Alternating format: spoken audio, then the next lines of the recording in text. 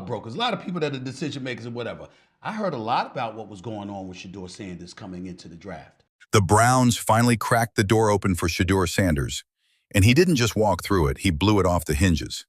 On the 7th day of camp, the 5th-round rookie stuck behind Joe Flacco, Dillon Gabriel, and if owner Jimmy Haslam had a say, even Kenny Pickett's busted hamstring finally got a shot against the starters. And what did he do? He lit them up. You know it's powerful. Set!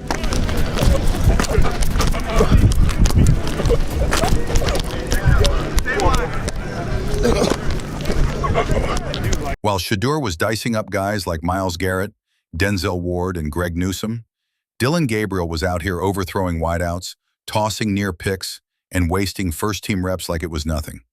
Remember, Gabriel was a 3rd-round pick. He's had every opportunity handed to him, but keeps folding under pressure. And don't forget Haslam, the same owner who just days ago tried to distance himself from Shedeur, basically throwing GM Andrew Berry under the bus for drafting him. That comment aged like milk.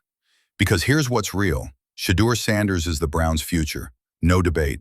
He's sharper, calmer, and clearly more NFL-ready than Gabriel. Yet somehow they're still keeping him buried, like fans don't have eyes.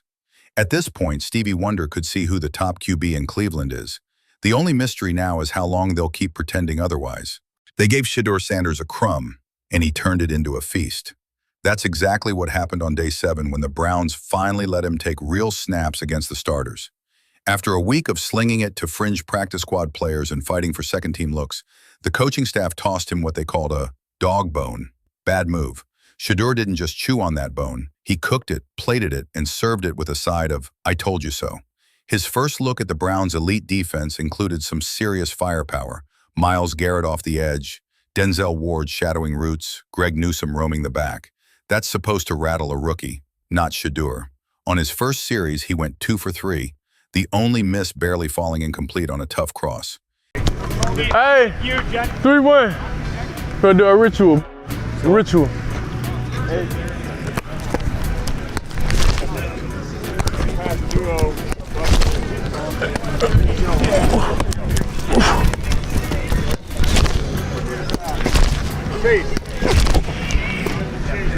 Way to throw it. Terrible. Best quarterback Not ever. now. Brady was a 5th or a 6th-round pick. Who cares? He's one of the greatest quarterbacks. Montana wasn't a 1st-round pick. Shedeur Sanders right now has ample opportunity on a team that has no quarterback, that has a great history, that needs a quarterback in a worse way. And if he's good, and if he earns the job, he's going to get the job. Then came a dart on the run to Gage Larvadain, then a tight window bullet to Cade McDonald.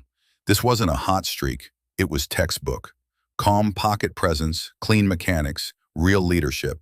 And he did all this with backups. No David Joe. Tried because they said if Deshaun Watson could get 230 guaranteed, he got that money before Josh Allen got his money.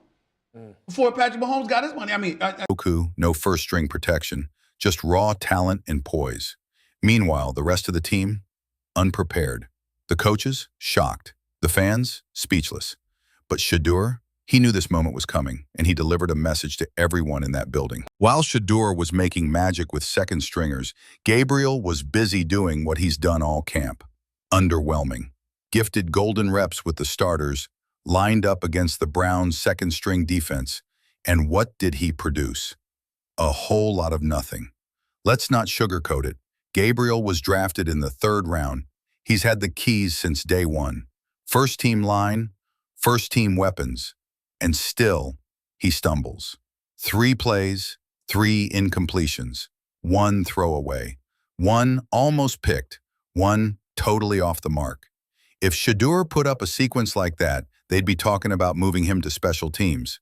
But for Gabriel, silence, excuses. He needs more time. Give Shedeur those weapons and he's throwing 6. Instead, he's working with UDFAs while Gabriel squanders premium reps. Even Gabriel's lone touchdown was a dump-off Gage Larvadain turned into 6 with a nasty move.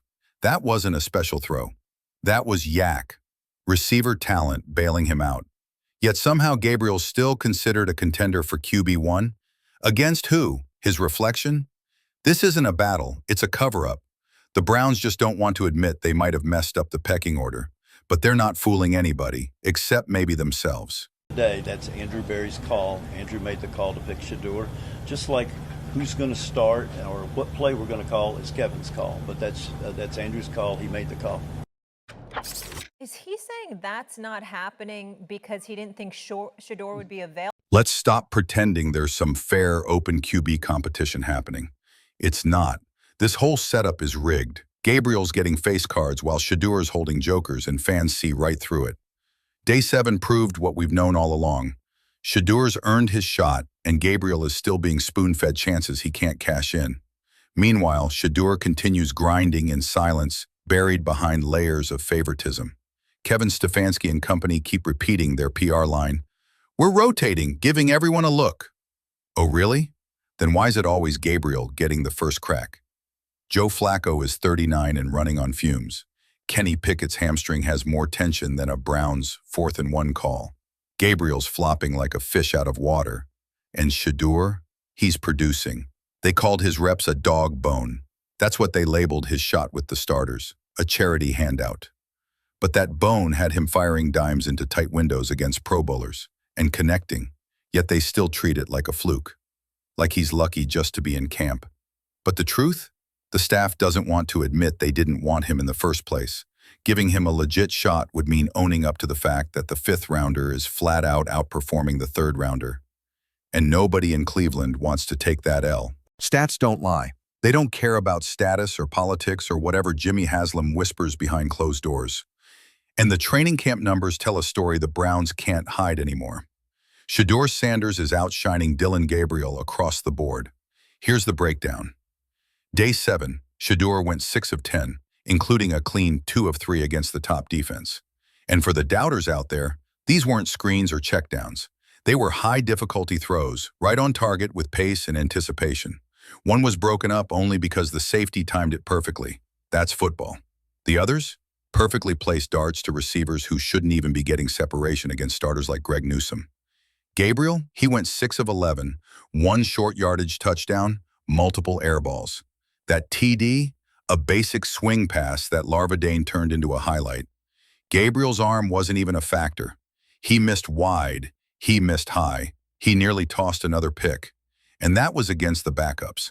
So if first-team reps are supposed to mean results, Gabriel isn't just underperforming, he's wasting valuable time. And this isn't just a one-off. This is who he's been all camp. More help, more reps, less impact. Meanwhile, Shedeur's doing more with less. That's not hype. That's NFL starter material. You can't coach that kind of grit. Just imagine what Shedeur could do with starters around him.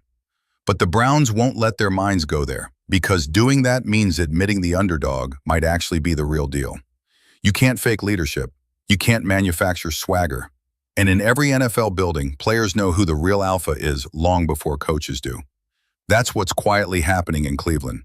While the staff pushes their agenda and the media sticks to their talking points, the guys in the locker room are watching Shedeur put in work day in, day out.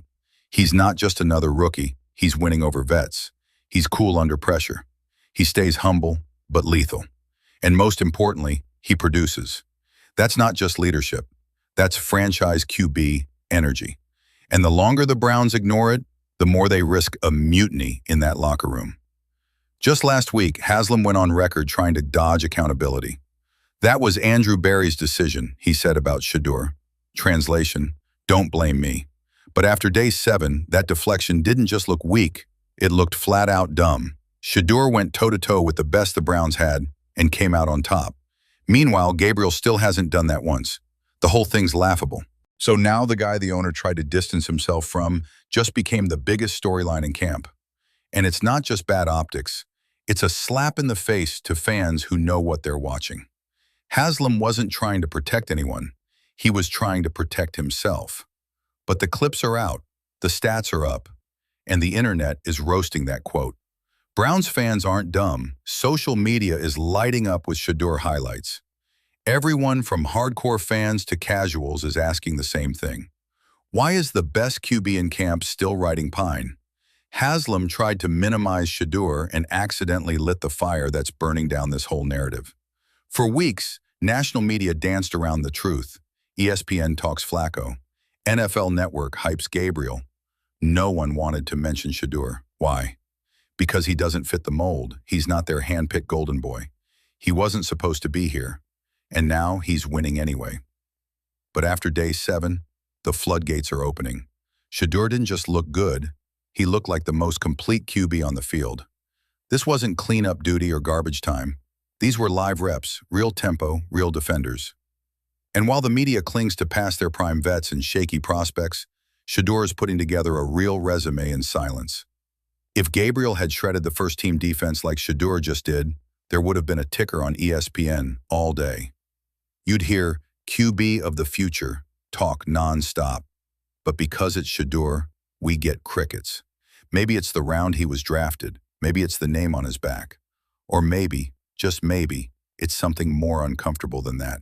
But whatever it is, it won't stay hidden much longer. The truth is leaking out. Browns fans know it. Players know it. We know it. And you do too. Shedeur Sanders is breaking through the ceiling they built for him, throw by throw, day by day. This isn't just a cute camp story anymore. This is real. And let's just be blunt. It's not a matter of if Shedeur becomes QB1 in Cleveland. It's when. Day 7 wasn't a fluke. It was a statement.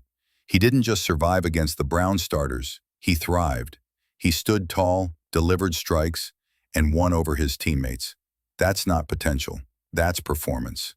And you can't hide that anymore. The excuses? Worn out. The bias? Obvious. Jimmy Haslam might still be dodging cameras. The media might still play dumb. But none of that can change what's happening on the grass. Gabriel had every edge, protection, weapons, reps, and he still can't hold a candle to Shedeur.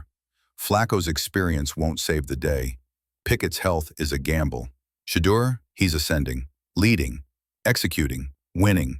The Browns finally have a quarterback worth believing in. So the question is, how much longer can they ignore it?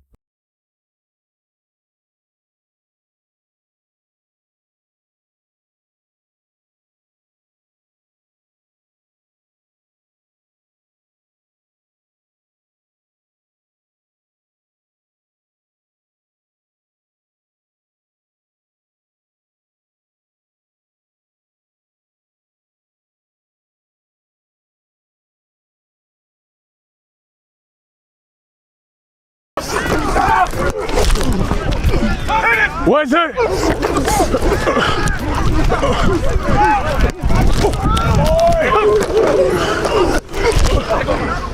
Good job. Good sequence.